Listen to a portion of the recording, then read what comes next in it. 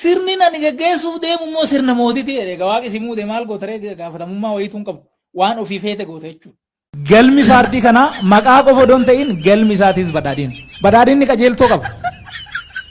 An paartii kana qofa odoon ta'in paartii biraas nan beeka waan ta'eef namni bakka irraa ka'es hin beeku bakka jirus hin beeku akkanumaan tatabbisa. Kun dhuguma.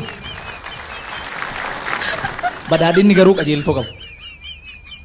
Qajeeltoon isaa maali? Sabdaneessummaadha tokko. Badhaadhinni siyaasa tarkaanfataa gaggeessa. Yeroo amma seennu sanii fi bakki amma jirru wal caala. Akkitti nu amannu. Waan baranne qabna, onnee dabalanne qabna, yaada dabalanne qabna. Guyyaa guyyaadhaan guddata, guyyaa guyyaadhaan barata. Argitanii miti akkatti ol koraa jiran. Kana laaluun hin barbaachisa. Paartiin keenya akkan muummichi keenya biyya meeqa keessaa hidhamaa baasee xayyaara ofiititti baatanii galchan hin beektu miti.